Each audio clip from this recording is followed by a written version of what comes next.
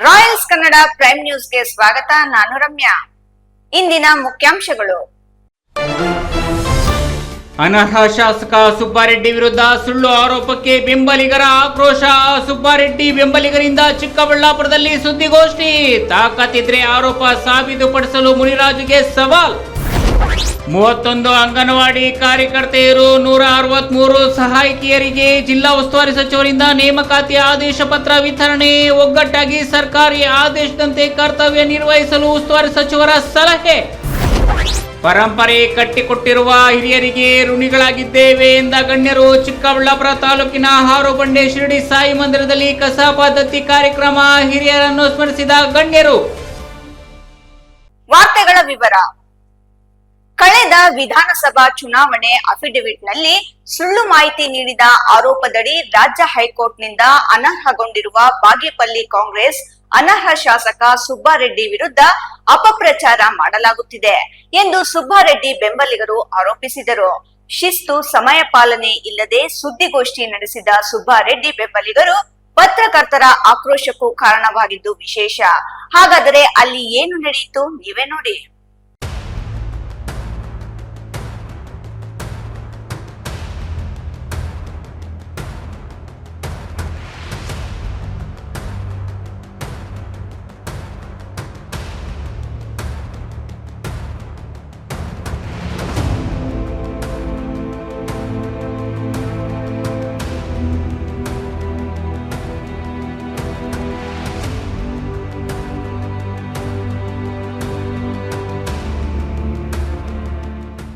ಬಾಗೇಪಲ್ಲಿ ಅನರ್ಹ ಶಾಸಕ ಸುಬ್ಬಾರೆಡ್ಡಿ ಪರ ಬಾಗೇಪಲ್ಲಿ ಬ್ಲಾಕ್ ಕಾಂಗ್ರೆಸ್ ಮುಖಂಡರು ಮತ್ತು ಸುಬ್ಬಾರೆಡ್ಡಿ ಬೆಂಬಲಿಗರಿಂದ ಇಂದು ಸುದ್ದಿಗೋಷ್ಠಿ ಕರೆಯಲಾಗಿತ್ತು.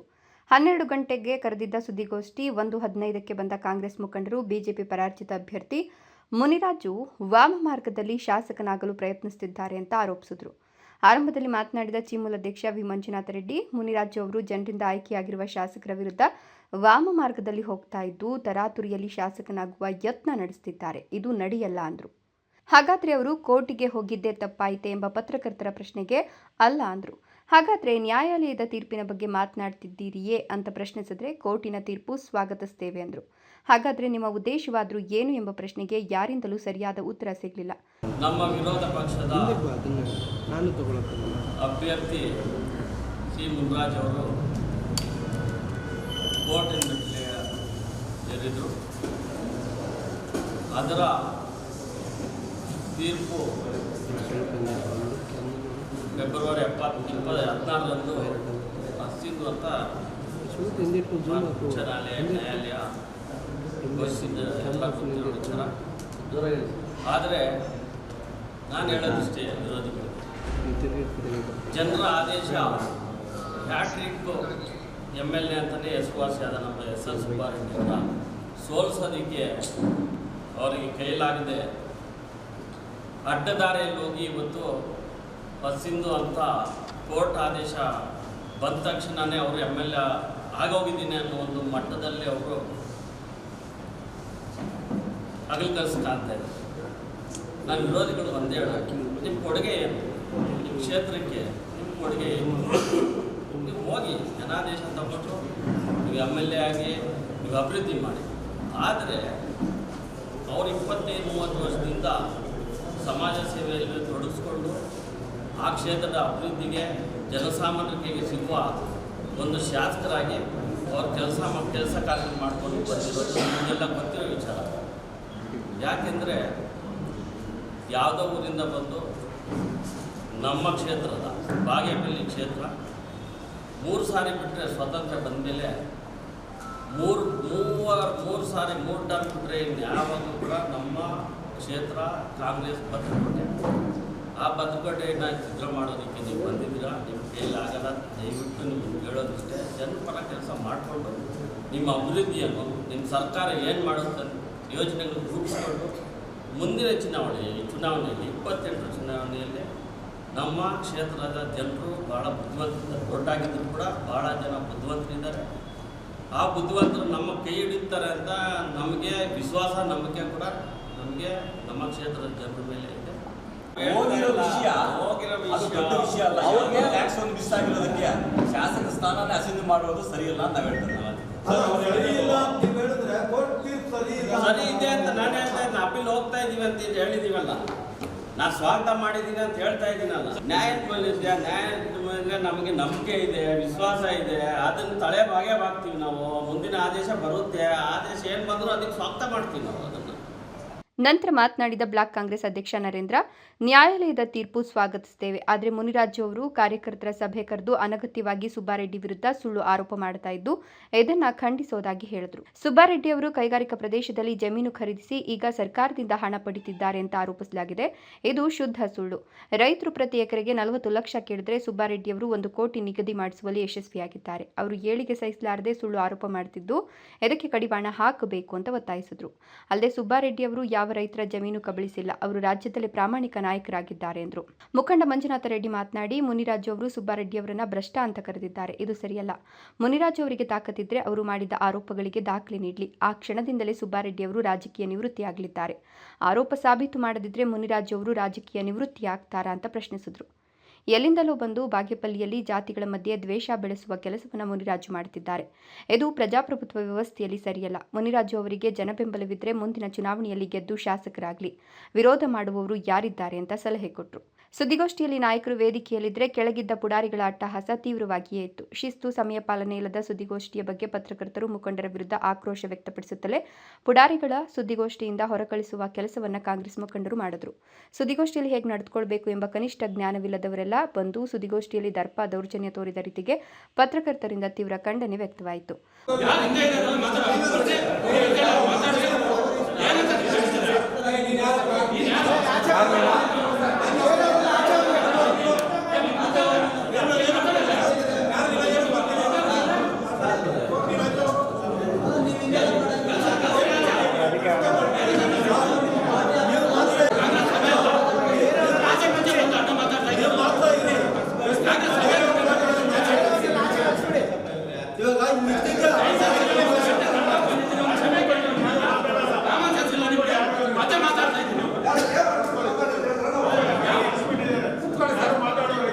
ಒಂದು ಗಂಟೆಗೂ ಹೆಚ್ಚು ತಡವಾಗಿ ಬಂದರೂ ಕ್ಷಮೆ ಕೇಳುವ ಕನಿಷ್ಠ ಸೌಜನ್ಯ ತೋರದ ಕಾಂಗ್ರೆಸ್ ನಾಯಕರ ವರ್ತನೆ ಬಗ್ಗೆ ಪತ್ರಕರ್ತರು ಪ್ರಶ್ನಿಸಿದ್ರೆ ಅದಕ್ಕೂ ಮುಖಂಡರಿಂದ ಬೇಜವಾಬ್ದಾರಿ ಉತ್ತರವೇ ಸಿಕ್ತು. ಒಟ್ನಲ್ಲಿ ಸುದ್ದಿಗೋಷ್ಠಿಯಲ್ಲಿ ಕಾಂಗ್ರೆಸ್ ಪುಡಾರಿಗಳು ದರ್ಪ ದೌರ್ಜನ್ಯ ತೋರಿದ್ದು ಇದನ್ನು ಮುಕ್ತ ಕಂಠದಿಂದ ಪತ್ರಕರ್ತರು ಖಂಡಿಸಬೇಕಿದೆ.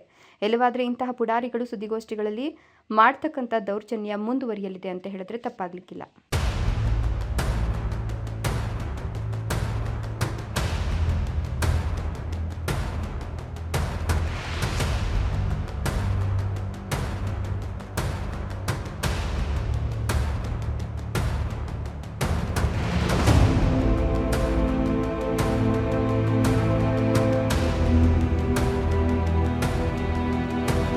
ಯಾವುದೇ ಶಿಫಾರಸು, ರಾಜಕೀಯ ಒತ್ತಡ ಇಲ್ಲದ ಪಡೆದ ಅಂಕಗಳು ಹಾಗೂ ಅನರ್ಹತನ್ವಯ ಜಿಲ್ಲೆಯಲ್ಲಿ ಇಂದು 31 ಅಂಗನವಾಡಿ ಕಾರ್ಯಕರ್ತೆಯರು 163 ಸಹಾಯಕರಿಗೆ ನೇಮಕಾತಿ ಆದೇಶ ಪತ್ರಗಳನ್ನು ವಿತರಣೆ ಮಾಡಿರುವುದು ಅಭಿನಂದನಾರ್ಹವಾದ ವಿಚಾರವಾಗಿದೆ ಎಂದು ಜಿಲ್ಲಾ ಉಸ್ತುವಾರಿ ಸಚಿವ ಡಾಕ್ಟರ್ ಎಂಸಿ ಸುಧಾಕರ್ ಹೇಳಿದರು.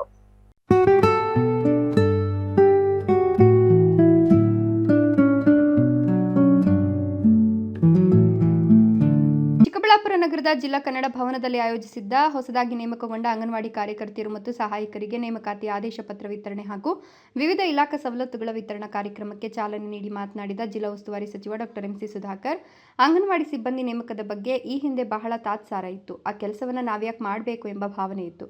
ಪ್ರಸ್ತುತ ಆ ಭಾವನೆ ಬದಲಾಗಿದೆ. ಅಂಗನವಾಡಿ ಕಾರ್ಯಕರ್ತೆಯರು, ಸಹಾಯಕಿಯರ ಹುದ್ದೆಗಳಿಗೆ ಬಹಳ ಬೇಡಿಕೆ ಇದೆ. ಅದೇ ರೀತಿ ಸ್ಪರ್ಧೆ ಇದೆ. ಆಯ್ಕೆ ಬಯಸುವ ಅಭ್ಯರ್ಥಿಗಳು ಗಳಿಸಿದ ವಿದ್ಯಾರ್ಹತೆ ಅಂಕಗಳು ಹಾಗೂ ಸ್ಥಳೀಯ ವಾಸದ ಅರ್ಹತೆಯ ಆಧಾರದ ಮೇಲೆ ಜಿಲ್ಲಾಡಳಿತ ಇಂದು ಒಟ್ಟು 194 ಅಂಗನವಾಡಿ ಸಿಬ್ಬಂದಿಯನ್ನು ಜಿಲ್ಲಾ ಮಟ್ಟದಲ್ಲಿಯೇ ಆಯ್ಕೆ ಮಾಡಿ ನೇಮಕಾತಿ ಪತ್ರವನ್ನು ಪಾರದರ್ಶಕವಾಗಿ ವಿತರಣೆ ಮಾಡಿದೆ ಎಂದರು. ನೇಮಕಾತಿ ಆಗಿರುವ ಎಲ್ಲರೂ ಒಗ್ಗಟ್ಟಿನಿಂದ ಕೆಲಸ ಮಾಡಬೇಕು. ಸರ್ಕಾರದ ಆಶಯಕ್ಕೆ ತಕ್ಕಂತೆ ನಡೆದುಕೊಳ್ಬೇಕು. ಅಂಗನವಾಡಿಗಳಿಗೆ ಬರುವ ಕಾರ್ಮಿಕರ ಮಕ್ಕಳು, ಬಡವರ ಮಕ್ಕಳು ಬೆಳವಣಿಗೆಗೆ ಶಕ್ತಿ ತುಂಬಬೇಕು. ಮಕ್ಕಳಿಗೆ ತಾಯಿ ನಂತರದ ಪಾಠಶಾಲೆಯ ಅನುಭವವನ್ನು ಕೊಡುವವರೇ ಅಂಗನವಾಡಿ ಕಾರ್ಯಕರ್ತೆಯರು. ಆದ್ದರಿಂದ ತಮಗೆ ನಿಯೋಜಿತವಾಗಿರುವ ಜವಾಬ್ದಾರಿಗಳನ್ನು ಸರಿಯಾಗಿ ನಿರ್ವಹಿಸಿ ಸಮಾಜದ ಅಭಿವೃದ್ಧಿಗೆ ತಾವೆಲ್ಲರೂ ಪಾತ್ರರಾಗಬೇಕು ಅಂತ ತಿಳಿಸಿ ನೂತನವಾಗಿ ಆಯ್ಕೆಗೊಂಡ ಸಿಬ್ಬಂದಿಗೆ ಆದೇಶ ಪತ್ರಗಳನ್ನು ವಿತರಿಸಿ ಶುಭ ಕೋರಿದರು. ರಾಷ್ಟ್ರೀಯ ಶಿಕ್ಷಣ ನೀತಿ ಅನ್ವಯ 3ನೇ ವರ್ಷದಿಂದಲೇ ನರ್ಸರಿ ಮಾದರಿಯಲ್ಲಿ ಮಕ್ಕಳಿಗೆ ಶಿಕ್ಷಣ ನೀಡಬೇಕು ಎಂಬ ವಿಚಾರದಲ್ಲಿ ಶಿಕ್ಷಣ ಇಲಾಖೆ ಹಾಗೂ ಮಹಿಳಾ ಮತ್ತು ಮಕ್ಕಳ ಅಭಿವೃದ್ಧಿ ಇಲಾಖೆಯ ಮಟ್ಟದಲ್ಲಿ ಚರ್ಚೆಗಳು ನಡೆಯುತ್ತಿದೆ. ಇದರ ಭಾಗವಾಗಿ ಕಲ್ಯಾಣ ಕರ್ನಾಟಕ ಭಾಗದಲ್ಲಿ ಪ್ರಾಯೋಗಿಕವಾಗಿ ಅಂಗನವಾಡಿಗಳನ್ನು ಉನ್ನತೀಕರಿಸಿ ಮಾಂಟೆಸರಿ ಹಾಗೂ ನರ್ಸರಿ ಮಾದರಿಯಲ್ಲಿ ಶಿಕ್ಷಣ ನೀಡುವ ಪ್ರಯತ್ನ ನಡೀತಾ ಇದೆ. ಇದರ ಸಾಧಕ ಬಾಧಕಗಳ ಬಗ್ಗೆ ಕೇಂದ್ರ ಸರ್ಕಾರ ಮತ್ತೊಮ್ಮೆ ಪರಿಶೀಲಿಸುವ ಅಗತ್ಯ ಇದೆ. ಈ ರೀತಿ ಶೈಕ್ಷಣಿಕ ಪದ್ಧತಿ ಯಶಸ್ವಿಯಾದರೆ ಮುಂದಿನ ದಿನಗಳಲ್ಲಿ ಅಂಗನವಾಡಿಗಳ ಸ್ವರೂಪವೇ ಬದಲಾಗುವ ಸಾಧ್ಯತೆ ಇದೆ ಎಂದರು. ತಂತ್ರಜ್ಞಾನವನ್ನು ಬಳಸಿಕೊಂಡೇ ಮಕ್ಕಳಿಗೆ ಉನ್ನತ ಜ್ಞಾನ ನೀಡಲು ಇಂದು ಸಾಕಷ್ಟು ಅವಕಾಶಗಳಿವೆ. ಆ ದಿಸೆಯಲ್ಲಿ ಜಿಲ್ಲೆಯಲ್ಲಿಂದು 730 ಸಕ್ಷಮ ಅಂಗನವಾಡಿಗಳಿಗೆ LED ಸ್ಮಾರ್ಟ್ ಟಿವಿಗಳನ್ನು ವಿತರಣೆ ಮಾಡಲಾಗ್ತಿದೆ. ಜೊತೆಗೆ 750 ನೀರು ಶುದ್ಧೀಕರಣದ ಘಟಕಗಳನ್ನು ವಿತರಣೆ ಮಾಡಲಾಗ್ತಿದೆ.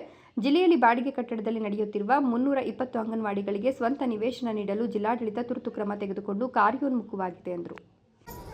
ನಮ್ಮ DD ಅವರು ಹೇಳ್ತಾರೆ ಅಂತ ಕಾಣ್ತದೆ, ಅತಿ ಹೆಚ್ಚಿನ ಅಂಗನವಾಡಿ ಕೇಂದ್ರಗಳು ಯಾವುದಾದ್ರೂ ತಾಲೂಕಿನಲ್ಲಿದ್ದರೆ ಬಹುಶಃ ಅವಿಭಜಿತ ಕೋಲಾರ ಜಿಲ್ಲೆಯಲ್ಲಿ ಯಾವುದಾದ್ರೂ ತಾಲೂಕಿನಲ್ಲಿ ಅತಿ ಹೆಚ್ಚಿನ ಅಂಗನವಾಡಿ ಕೇಂದ್ರಗಳಿದ್ರೆ ಅದು ಚಿಂತಾಮಣಿ ವಿಧಾನಸಭಾ ಕ್ಷೇತ್ರ ಅಂತ ಹೇಳಲಿಕ್ಕೆ ನನಗೆ ಹೆಮ್ಮೆ ಆಗುತ್ತೆ.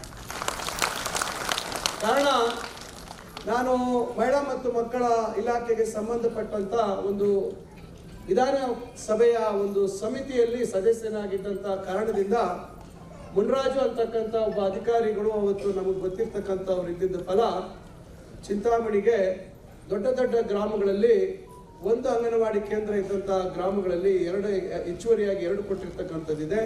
ಕೆಲವು ಮತ್ತಷ್ಟು ಸಣ್ಣ ಪ್ರಮಾಣದಲ್ಲಿ ಇರ್ತಕ್ಕಂಥ ಗ್ರಾಮಗಳಿಗೆ ಮತ್ತೊಂದು 2 ಕೊಡುವಂಥದ್ದಿದೆ. ಮತ್ತು ಇಡೀ ಚಿಂತಾಮಣಿ ವಿಧಾನಸಭಾ ಕ್ಷೇತ್ರದಲ್ಲಿ ಅಂದಿನ ವಿಧಾನಸಭಾ ಕ್ಷೇತ್ರದ ಸಂಪೂರ್ಣ ಪ್ರತಿಯೊಂದು ಗ್ರಾಮದಲ್ಲೂ ಇವತ್ತು ಅಂಗನವಾಡಿ ಕೇಂದ್ರ ಮಂಜೂರು ಮಾಡಿರ್ತಕ್ಕಂಥ ಕೆಲಸ ಆವತ್ತಿನ ಸಂದರ್ಭದಲ್ಲಿ ನಾವು ಮಾಡಿದ್ವಿ.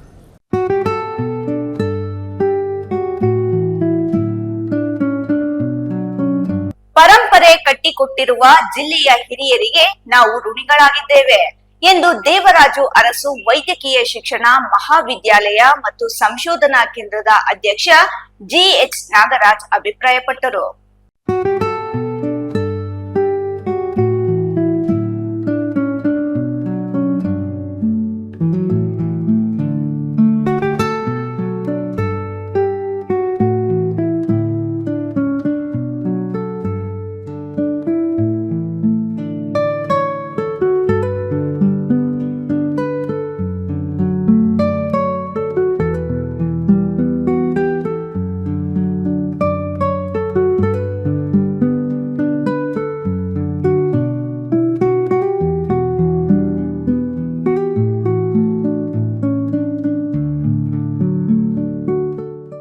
ಚಿಕ್ಕಬಳ್ಳಾಪುರ ಜಿಲ್ಲಾ ಕಸಾಪದಿಂದ ಇಂದು ದತ್ತಿ ಕಾರ್ಯಕ್ರಮಗಳನ್ನು ಆಯೋಜಿಸಲಾಗಿತ್ತು. ಚಿಕ್ಕಬಳ್ಳಾಪುರ ಹೊರವಲಯದ ಹಾರುಬಂಡೆ ಶಿರಡಿ ಸಾಯಿ ದೇವಾಲಯದ ಆವರಣದಲ್ಲಿ ನಡೆದ ಕಾರ್ಯಕ್ರಮದಲ್ಲಿ ಒಟ್ಟು 3 ದತ್ತಿ ಕಾರ್ಯಕ್ರಮಗಳನ್ನು ಅರ್ಥಪೂರ್ಣವಾಗಿ ಆಚರಿಸಲಾಯಿತು.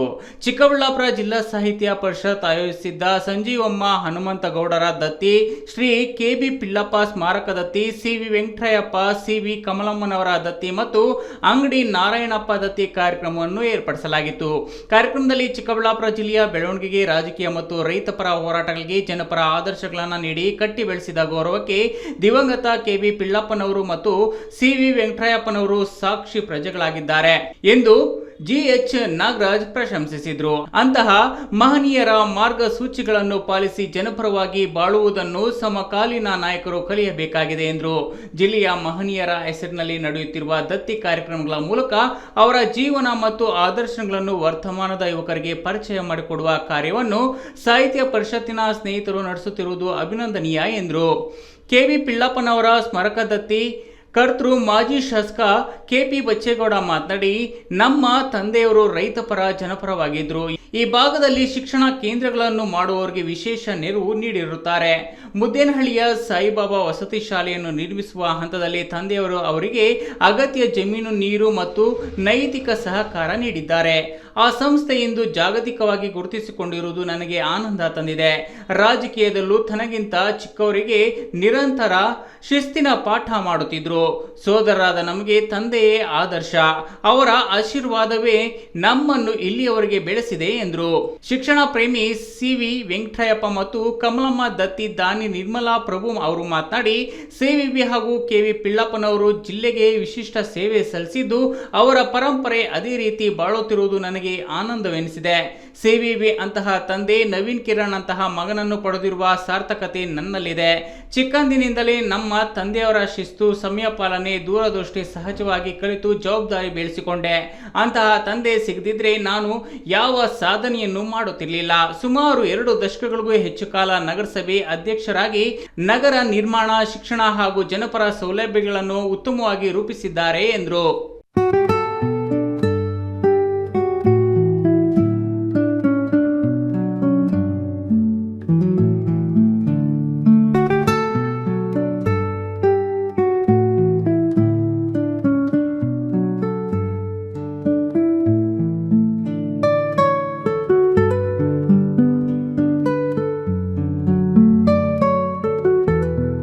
ಇದೀಗ ಸಣ್ಣದೊಂದು ವಿರಾಮದ ನಂತರ ರಾಯಲ್ಸ್ ಕನ್ನಡ ಪ್ರೈಮ್ ನ್ಯೂಸ್ ಮುಂದುವರಿಯುತ್ತದೆ. ಪ್ರಿಯ ವೀಕ್ಷಕರೇ, ಇವತ್ತು ನಮ್ಮ ದೈವಿ ಶಕ್ತಿ ಸಂಸ್ಥಾನದಿಂದ ಪ್ರತಿಷ್ಠಾಪಿಸಿ ಸಿದ್ಧಿ ಮಾಡಲಾಗಿರುವ ಕರುಂಗಲಿ ಮಾಲೆ ಮತ್ತು ಬ್ರಾಸ್ಲೈಟ್ ನಿಮಗಾಗಿ ತಲುಪಿಸಲಾಗುತ್ತಿದೆ. ನಮ್ಮ ಕರುಂಗಲಿ ಮಾಲೆಯನ್ನ ಭಾರತದ ಮಾಜಿ ಪ್ರಧಾನಮಂತ್ರಿಗಳಾದ ಇಂದಿರಾ ಗಾಂಧಿ ಅವರಿಂದ ಹಿಡಿದು ಈಗಿನ ಸ್ಟಾರ್ ನಟರಾದ ಧನುಷ್ ರವರು ಕೂಡ ಧರಿಸಿ ಅಷ್ಟೈಶ್ವರ್ಯಗಳನ್ನು ಪಡೆದಿದ್ದಾರೆ. 8 mm ಸರ್ಟಿಫೈಡ್ ಕರುಂಗಲಿ ಮಾಲೆಯನ್ನ ಎಬೋನಿ ಮರದ ತುಂಡುಗಳಿಂದ ಡಾರ್ಕ್ ಬ್ರೌನ್ ಬಣ್ಣದಿಂದ ಚೆಕ್ ಮಾಡಬಹುದು.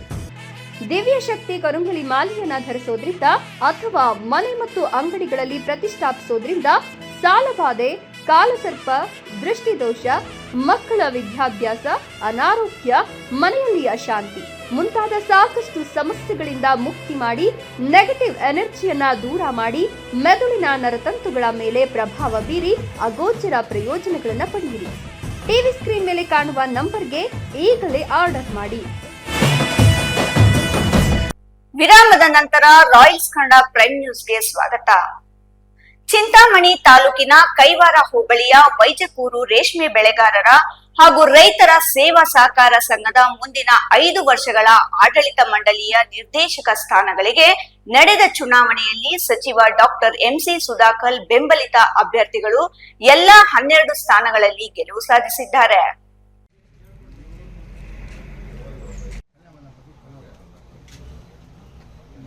ಚಿಂತಾಮಣಿ ತಾಲೂಕಿನ ಕೈವಾರ ಹೋಬಳಿಯ ವೈಜಕೂರು ರೇಷ್ಮೆ ಬೆಳೆಗಾರರ ಹಾಗೂ ರೈತರ ಸೇವಾ ಸಹಕಾರ ಸಂಘದ ಮುಂದಿನ 5 ವರ್ಷಗಳ ಆಡಳಿತ ಮಂಡಳಿಯ ನಿರ್ದೇಶಕ ಸ್ಥಾನಗಳಿಗೆ ನಡೆದ ಚುನಾವಣೆಯಲ್ಲಿ ಸಚಿವ ಡಾಕ್ಟರ್ ಎಂಸಿ ಸುಧಾಕರ್ ಬೆಂಬಲಿತ ಅಭ್ಯರ್ಥಿಗಳು ಎಲ್ಲ 12 ಸ್ಥಾನಗಳಲ್ಲಿ ಗೆಲುವು ಸಾಧಿಸಿದ್ದಾರೆ.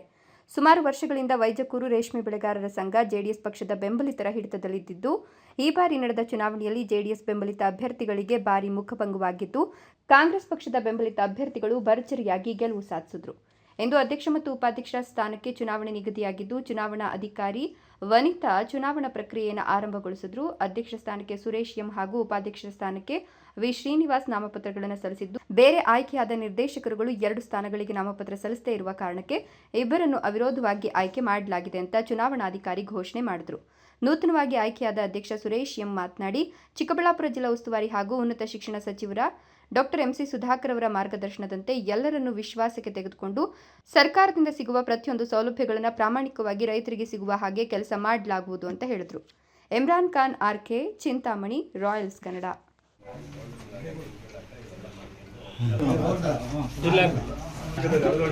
ಸರ್ಕಾರಿ ಶಾಲೆಗಳು ಉಳಿಸುವ ಕಾಯಕದಲ್ಲಿ ಪ್ರತಿಯೊಬ್ಬ ಕನ್ನಡಿಗರು ತೊಡಗಬೇಕು ಎಂದು ದಿಟ್ಟ ಕನ್ನಡಿಗ ರಕ್ಷಣಾ ವೇದಿಕೆ ರಾಜ್ಯಾಧ್ಯಕ್ಷ ಎನ್ ಚೆಂಗಲರಾಯ ಶೆಟ್ಟಿ ಹೇಳಿದರು.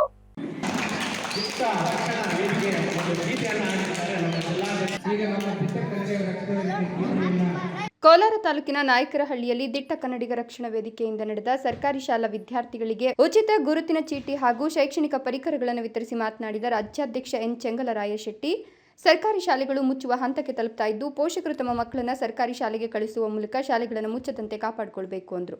ಪೋಷಕರು ತಮ್ಮ ಘನತೆ ಕಡಿಮೆ ಆಗ್ತದೆ ಅಂತ ಖಾಸಗಿ ಶಾಲೆಗಳಿಗೆ ಮಕ್ಕಳನ್ನು ಕಳಿಸ್ತಾ ಇದ್ದು, ಸರ್ಕಾರಿ ಶಾಲೆಗಳಿಗೆ ಹೊಡೆತ ಬಿದ್ದಿದೆ. ಇಲ್ಲಿ ಓದಿದ ಎಷ್ಟೋ ಮಕ್ಕಳು ಇಡೀ ವಿಶ್ವದಲ್ಲೇ ಉತ್ತಮ ಹೆಸರನ್ನು ಮಾಡಿರುವ ನಿದರ್ಶನಗಳು ಕಣ್ಣ ಮುಂದೆ ಇದೆ. ಇದನ್ನರಿತು ಪ್ರತಿಯೊಬ್ಬರು ಸರ್ಕಾರಿ ಶಾಲೆ ಉಳಿಸುವ ಕೆಲಸವನ್ನು ಮಾಡಬೇಕು. ನಮ್ಮ ವೇದಿಕೆಯಿಂದಲೂ ಪ್ರಯತ್ನಗಳು ಮಾಡ್ತಿದ್ದೇವೆ ಅಂತ ತಿಳಿಸಿದರು. ಈ ಸಂದರ್ಭದಲ್ಲಿ ದಿಟ್ಟ ಕನ್ನಡಿಗ ರಕ್ಷಣಾ ವೇದಿಕೆಯ ಪದಾಧಿಕಾರಿಗಳು, ಶಿಕ್ಷಕರು ಹಾಗೂ ಇನ್ನೂ ಹಲವರು ಉಪಸ್ಥಿತರಿದ್ದರು. ಅಂಚೆ ವಿಜಯ್, ಕೋಲಾರ, ರಾಯಲ್ಸ್ ಕನ್ನಡ.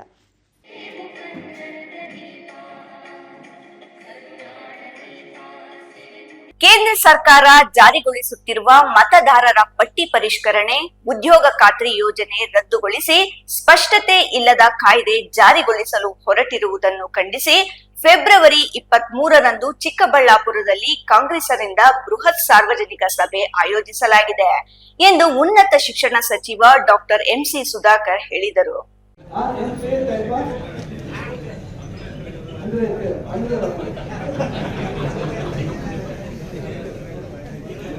ಚಿಂತಾಮಣಿ ನಗರದ ಅಂಜನಿ ನಿವಾಸದಲ್ಲಿ ನಡೆದ ಪೂರ್ವಭಾವಿ ಸಭೆಯಲ್ಲಿ ಮಾತನಾಡಿದ ಜಿಲ್ಲಾ ಉಸ್ತುವಾರಿ ಸಚಿವ ಡಾಕ್ಟರ್ ಎಂಸಿ ಸುಧಾಕರ್, ಚಿಕ್ಕಬಳ್ಳಾಪುರ, ಕೋಲಾರ, ಬೆಂಗಳೂರು ಗ್ರಾಮಾಂತರ 3 ಜಿಲ್ಲೆಗಳನ್ನು ಒಳಗೊಂಡ ಬೃಹತ್ ಸಾರ್ವಜನಿಕ ಸಭೆಯಾಗಿದೆ. 3 ಜಿಲ್ಲೆಗಳ ಎಲ್ಲ ತಾಲೂಕುಗಳಿಂದ ಕಾಂಗ್ರೆಸ್ ಕಾರ್ಯಕರ್ತರು, ಸಾರ್ವಜನಿಕರು ಭಾಗವಹಿಸುತ್ತಾರೆ. ಕೇಂದ್ರ ಸರ್ಕಾರ ಇಡೀ ದೇಶದಲ್ಲಿ ಮತದಾರರ ಪಟ್ಟಿಯನ್ನು ಪರಿಷ್ಕರಿಸಿ ಹೊಸದಾಗಿ ಮತದಾರರ ಪಟ್ಟಿ ಸಿದ್ಧಪಡಿಸುತ್ತಿದೆ. 2002ರಲ್ಲಿದ್ದ ಮತದಾರರ ಪಟ್ಟಿಯ ಮ್ಯಾಪಿಂಗ್ ಮಾಡಲಿದ್ದು ಹೊಸದಾಗಿ ಸೇರ್ಪಡೆಯಾದವರನ್ನು ತೆಗೆದುಹಾಕಲಾಗುತ್ತಿದೆ. ಇಂದಿನ ಚುನಾವಣೆಯಲ್ಲಿ ಸಕ್ರಿಯವಾಗಿ ಕೆಲಸ ಮಾಡಿದ್ದ ಬೂತ್ ಹಂತದ ಏಜೆಂಟರು ಎಚ್ಚೆತ್ತುಕೊಳ್ಳಬೇಕು, ಅರ್ಹ ಮತದಾರರನ್ನು ಕೈಬಿಡದಂತೆ ಜಾಗೃತಿ ವಹಿಸಬೇಕು ಎಂದು ಸೂಚಿಸಿದರು. ಮಹಾತ್ಮ ಗಾಂಧಿ ಉದ್ಯೋಗ ಖಾತ್ರಿ ಯೋಜನೆ ರದ್ದುಗೊಳಿಸಿ ಸ್ಪಷ್ಟತೆ ಇಲ್ಲದ ವಿಬಿ ರಾಮ್ಜಿ ಯೋಜನೆ ಜಾರಿಗೆ ತರುತ್ತಿದೆ. ಇದರ ಜನವಿರೋಧಿ ನೀತಿಗಳ ಕುರಿತು ಜನಜಾಗೃತಿ ಮೂಡಿಸಬೇಕಾಗಿದೆ. ಅನುದಾನ ಕಡಿತಗೊಳಿಸಲಾಗಿದೆ, ವಿವಿಧ ನಿರ್ಬಂಧಗಳನ್ನು ಹೇರಲಾಗಿದೆ, ರಾಜ್ಯ ಸರ್ಕಾರಗಳ ಮೇಲೆ ಹೊರೆ ಹಾಕುತ್ತಿದ್ದಾರೆ. ನರೇಗಾದಲ್ಲಿ ರಾಜ್ಯ ಸರ್ಕಾರದ ಪಾಲು 10%, ಕೇಂದ್ರದ್ದು 90%ರಷ್ಟಿತ್ತು. ರಾಜ್ಯಗಳೊಂದಿಗೆ ಸಮಾಲೋಚಿಸದೆ ಏಕಾಏಕಿ ರಾಜ್ಯಗಳ ಪಾಲು 40%ಕ್ಕೆ ಏರಿಕೆ ಮಾಡಲಾಗಿದೆ. ರಾಜ್ಯ ಸರ್ಕಾರಗಳು ಆರ್ಥಿಕ ಹೊರೆ ಎದುರಿಸಬೇಕಾಗುತ್ತದೆ ಎಂದರು. ಸಂಬಂಧಪಟ್ಟಂತೆ ಕರ್ನಾಟಕ ಪ್ರದೇಶ ಕಾಂಗ್ರೆಸ್ ಕಮಿಟಿ ವತಿಯಿಂದ ದೊಡ್ಡ ಒಂದು ಸಾರ್ವಜನಿಕ ಸಭೆ ಏನು ಮಹಾತ್ಮ ಗಾಂಧಿ ಗ್ರಾಮೀಣ ಉದ್ಯೋಗ ಖಾತ್ರಿ ಯೋಜನೆಯ ಅನುಕೂಲಗಳೇನಿತ್ತು, ಆ ಕಾಯ್ದೆಯಲ್ಲಿ ಕಡ್ಡಾಯ ಒಂದು ಉದ್ಯೋಗ ಸಿಗುವಂತ ಒಂದು ಕೆಲಸ ಇತ್ತು, ಅದನ್ನ ತೆಗೆದು ಹೊಸದಾಗಿ ಯಾವುದೇ ದಿಕ್ಕು ಇಲ್ಲದೆ ಸ್ಪಷ್ಟತೆ ಇರತಕ್ಕಂಥ ಒಂದು ಹೊಸ ಕಾಯ್ದೆಯನ್ನ ತಂದಿರತಕ್ಕಂಥ ವಿಚಾರವಾಗಿ ಜನರಲ್ಲಿ ಅರಿವನ್ನು ಮೂಡಿಸುವಂಥದ್ದು ಮತ್ತು ದೊಡ್ಡ ಮಟ್ಟದಲ್ಲಿ ಇದನ್ನ ಹೋರಾಟ ಮಾಡತಕ್ಕಂಥ ದೃಷ್ಟಿಯಿಂದ 23ನೇ ತಾರೀಕು ಬರೋ ಸೋಮವಾರ ಚಿಕ್ಕಬಳ್ಳಾಪುರದ ಬೈಪಾಸ್ ಅಲ್ಲಿ ಚೊಕ್ಕಳ್ಳಿ ಗ್ರಾಮದ ಸಮೀಪ ಅಗಲಗುರ್ಕಿ ಹತ್ರ ಬೈಪಾಸ್ ಕಾಣುತ್ತೆ. ಬೈಪಾಸ್ ಹೊಂದಿಕೊಂಡಿರ್ತಕ್ಕಂಥ ಸ್ಥಳದಲ್ಲಿ ಚಿಕ್ಕಬಳ್ಳಾಪುರ ಜಿಲ್ಲೆ, ಕೋಲಾರ ಜಿಲ್ಲೆ ಮತ್ತು ಬೆಂಗಳೂರು ಗ್ರಾಮಾಂತರ ಈ 3 ಜಿಲ್ಲೆಗಳಿಗೆ ಸಂಬಂಧಪಟ್ಟಂತೆ ಅಖಿಲ ಭಾರತ ಕಾಂಗ್ರೆಸ್ ಪಕ್ಷದ ಪ್ರಧಾನ ಕಾರ್ಯದರ್ಶಿಗಳಾಗಿರ್ತಕ್ಕಂಥ ರಣದೀಪ್ ಸಿಂಗ್ ಸುರ್ಜೇವಾಲಾ ಸಾಹೇಬರ ಸೂಚನೆ ಮೇರೆಗೆ ಆ ಜವಾಬ್ದಾರಿಯನ್ನ ನಮ್ಮ ಹೆಗಲಿಗೆ ವಹಿಸಿದ್ದಾರೆ. ಆ ವಿಚಾರವಾಗಿ ನಾವು ಹೆಚ್ಚಿನ ಸಂಖ್ಯೆಯಲ್ಲಿ ಆ ಕಾರ್ಯಕ್ರಮದಲ್ಲಿ ಭಾಗವಹಿಸಿ ಆ ಕಾರ್ಯಕ್ರಮವನ್ನು ಯಶಸ್ವಿ ಮಾಡತಕ್ಕಂಥ ಒಂದು ಕೆಲಸ. ಇಮ್ರಾನ್ ಖಾನ್, ರಾಯಲ್ಸ್ ಕನ್ನಡ, ಚಿಂತಾಮಣಿ.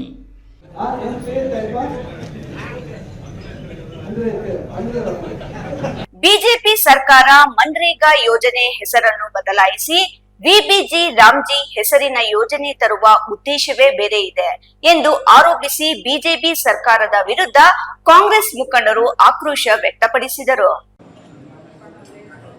ದೇವನಹಳ್ಳಿ ತಾಲೂಕಿನ ಕನ್ನಮಂಗಲ ಗ್ರಾಮದ ಕೃಷ್ಣ ಗ್ರ್ಯಾಂಡ್ ಹೋಟೆಲ್ ಆಡಿಟೋರಿಯಂನಲ್ಲಿ ಕಾಂಗ್ರೆಸ್ನಿಂದ ಹಮ್ಮಿಕೊಂಡಿದ್ದ ಪೂರ್ವಭಾವಿ ಸಭೆಯಲ್ಲಿ ಸಚಿವ ಕೆಎಚ್ ಮುನಿಯಪ್ಪ ಅಧ್ಯಕ್ಷತೆ ವಹಿಸಿ ಮಾತನಾಡಿ 23ರಂದು ಚಿಕ್ಕಬಳ್ಳಾಪುರದಲ್ಲಿ ಮನರೇಗಾ ಹೆಸರಿನಲ್ಲಿ ಯೋಜನೆ ಮುಂದುವರಿಯಲು ಒತ್ತಾಯಿಸಿ ಬೃಹತ್ ಸಮಾವೇಶ ನಡೆಯಲಿದೆ. ಈ ಸಮಾವೇಶದಲ್ಲಿ ರಾಜ್ಯದ ಮುಖ್ಯಮಂತ್ರಿ ಸಿದ್ದರಾಮಯ್ಯ, ಉಪಮುಖ್ಯಮಂತ್ರಿ ಡಿಕೆ ಶಿವಕುಮಾರ್ ಸೇರಿದಂತೆ ಹಲವು ರಾಜ್ಯ ನಾಯಕರು ಭಾಗಿಯಾಗಲಿದ್ದಾರೆ. ಯುವ ಕಾಂಗ್ರೆಸ್, ಸೇವಾದಳ, ಮಹಿಳೆಯರು, ಕ್ಷೇತ್ರದ ಪ್ರತಿ ಮುಖಂಡರು ಹೆಚ್ಚಿನ ಸಂಖ್ಯೆಯಲ್ಲಿ ಕಾರ್ಯಕ್ರಮದಲ್ಲಿ ಪಾಲ್ಗೊಂಡು ಕಾರ್ಯಕ್ರಮವನ್ನು ಯಶಸ್ವಿಗೊಳಿಸಬೇಕು. ರಾಜ್ಯದ ಜನತೆಗೆ ಕಾಂಗ್ರೆಸ್ ಸರ್ಕಾರದ ಅಭಿವೃದ್ಧಿ ಕೆಲಸಗಳನ್ನು ಮನದಟ್ಟು ಮಾಡಬೇಕು ಎಂದು ಹೇಳಿದರು. ಕಾರ್ಯಕ್ರಮಗಳನ್ನ ಜನಸಾಮಾನ್ಯರಿಗೆ, ರೈತರಿಗೆ, ಬಡವರಿಗೆ ಕೊಟ್ಟಿವಿ. ಒಂದು ಕಾರ್ಯಕ್ರಮ ಮಾಡಕ್ಕೆ ಬಲಿಷ್ಠರಿಗೆ ದುಡ್ಡು, ದೊಡ್ಡ ದೊಡ್ಡ ಕೈಗಾರಿಕೆಗಳಿಗೆ ಲಕ್ಷಾಂತರ 15 ಲಕ್ಷ ಕೋಟಿ ರೂಪಾಯಿಗಳು ಸಾಲವನ್ನು ಮಾಡ್ತಾರೆ. ಅವ್ರಿಗೆ ಏನ್ ಬೇಕು ಸಬ್ಸಿಡಿ ಕೊಡ್ತಾರೆ. ನಾವು 72,000 ಕೋಟಿ ಸಾಲ ಮನ್ನಾ ಮಾಡಿದ ಮೇಲೆ ಇಲ್ಲಿವರೆಗೂ ರೈತರಿಗೆ ಸಾಲ ಮನ್ನಾ ಮಾಡೋ ಕಾರ್ಯಕ್ರಮ ಇಲ್ಲಿವರೆಗೂ ಅವ್ರು ಮಾಡಲಿಲ್ಲ. ರೈತರ ಕಷ್ಟ ಏನಿದೆ, ಅವ್ರ ಬದುಕು ಏನಾಗಿದೆ, ಅವ್ರಿಗೆ ಏನ್ ಶಕ್ತಿ ತುಂಬಬೇಕು ಅಂತ ಮಾಡಿದ್ರು. 7,000 ರೂಪಾಯಿ ಹಾಕ್ತಾರೆ, ಅದರಲ್ಲಿ ಸಾಲ ತೀರಲ್ಲ, ಮನೆಗೂ ಮುಟ್ಟಲ್ಲ, ಅಲ್ಲೆಲ್ಲೇ ಖರ್ಚಾಗ್ತದೆ. ಒಂದು ನಿರ್ದಿಷ್ಟವಾದ ಕಾರ್ಯಕ್ರಮ ಆಯ್ತು, ನಿಮ್ಗೆ ಈ ಸಾಲ ಮನ್ನಾ ಮಾಡಿ, ಬಡ್ಡಿ ಮನ್ನಾ ಮಾಡಿ, ಅಥವಾ ಇಂಥ ಶಾಶ್ವತವಾದ ಕಾರ್ಯಕ್ರಮವನ್ನು ಕೊಡ್ತೀವಿ, ಹೇಳಕ್ಕಾಗಲಿಲ್ಲ. ದುರಾದೃಷ್ಟ, ಜಾತಿ ಹೆಸರಿನಲ್ಲಿ ಕೋಮು ಗಲಭೆಗಳನ್ನು ಮಾಡಿ ಜನರ ಮನಸ್ಸಲ್ಲಿ ಇವತ್ತು 60-70 ವರ್ಷದಿಂದ ಆ ಭಾವನೆಗಳೇ ಎಲ್ಲ ಒಟ್ಟಿಗೆ ಅಣ್ಣ ತಮ್ಮಂದ್ರಾಗ ಹೋಗ್ತಿತ್ತು. ಭಾರತ ದೇಶದಲ್ಲಿ ಹಿಂದೂ, ಮುಸಲ್ಮಾನರು, ಕ್ರೈಸ್ತರು, ಹೆಸರೇ ಇಲ್ಲ, ಎಲ್ಲ ನಾವು ಭಾರತೀಯರಿಂದ ಒಟ್ಟಿಗೆ ಕೆಲಸ. ಗಾಂಧೀಜಿ ಜೊತೆ ಇವರೆಲ್ಲ ಇವನ್ನ ದಾರಿ ತಪ್ಪಿಸಬೇಕು, ಗಾಂಧಿ ಹೆಸರು ತರಬೇಕು, ಸ್ವಾತಂತ್ರ್ಯ ಮಾಡಿದ್ದೇ ಹಾಗೆ ತಪ್ಪಿಸಬೇಕು, ಕಾರ್ಯಕ್ರಮವನ್ನು ಮಾಡಬೇಕು ಅಂತ. ಇದೀಗ ಮತ್ತೊಮ್ಮೆ ಹೆಡ್ಲೈನ್ಸ್. ಅನರ್ಹ ಶಾಸಕ ಸುಬ್ಬಾರೆಡ್ಡಿ ವಿರುದ್ಧ ಸುಳ್ಳು ಆರೋಪಕ್ಕೆ ಬೆಂಬಲಿಗರ ಆಕ್ರೋಶ. ಸುಬ್ಬಾರೆಡ್ಡಿ ಬೆಂಬಲಿಗರಿಂದ ಚಿಕ್ಕಬಳ್ಳಾಪುರದಲ್ಲಿ ಸುದ್ದಿಗೋಷ್ಠಿ. ತಾಕತ್ತಿದ್ರೆ ಆರೋಪ ಸಾಬೀತುಪಡಿಸಲು ಮುನಿರಾಜುಗೆ ಸವಾಲ್. 31 ಅಂಗನವಾಡಿ ಕಾರ್ಯಕರ್ತೆಯರು, 163 ಸಹಾಯಕಿಯರಿಗೆ ಜಿಲ್ಲಾ ಉಸ್ತುವಾರಿ ಸಚಿವರಿಂದ ನೇಮಕಾತಿ ಆದೇಶ ಪತ್ರ ವಿತರಣೆ. ಒಗ್ಗಟ್ಟಾಗಿ ಸರ್ಕಾರಿ ಆದೇಶದಂತೆ ಕರ್ತವ್ಯ ನಿರ್ವಹಿಸಲು ಉಸ್ತುವಾರಿ ಸಚಿವರ ಸಲಹೆ. ಪರಂಪರೆ ಕಟ್ಟಿಕೊಟ್ಟಿರುವ ಹಿರಿಯರಿಗೆ ಋಣಿಗಳಾಗಿದ್ದೇವೆ ಎಂದ ಗಣ್ಯರು. ಚಿಕ್ಕಬಳ್ಳಾಪುರ ತಾಲೂಕಿನ ಹಾರೋಬಂಡೆ ಶಿರಡಿ ಸಾಯಿ ಮಂದಿರದಲ್ಲಿ ಕಸಾಪ ದತ್ತಿ ಕಾರ್ಯಕ್ರಮ. ಹಿರಿಯರನ್ನು ಸ್ಮರಿಸಿದ ಗಣ್ಯರು. ಇಂದಿನ ವಾರ್ತಾ ಪ್ರಸಾರ ಮುಕ್ತಾಯವಾಯಿತು. ನಮಸ್ಕಾರಗಳು.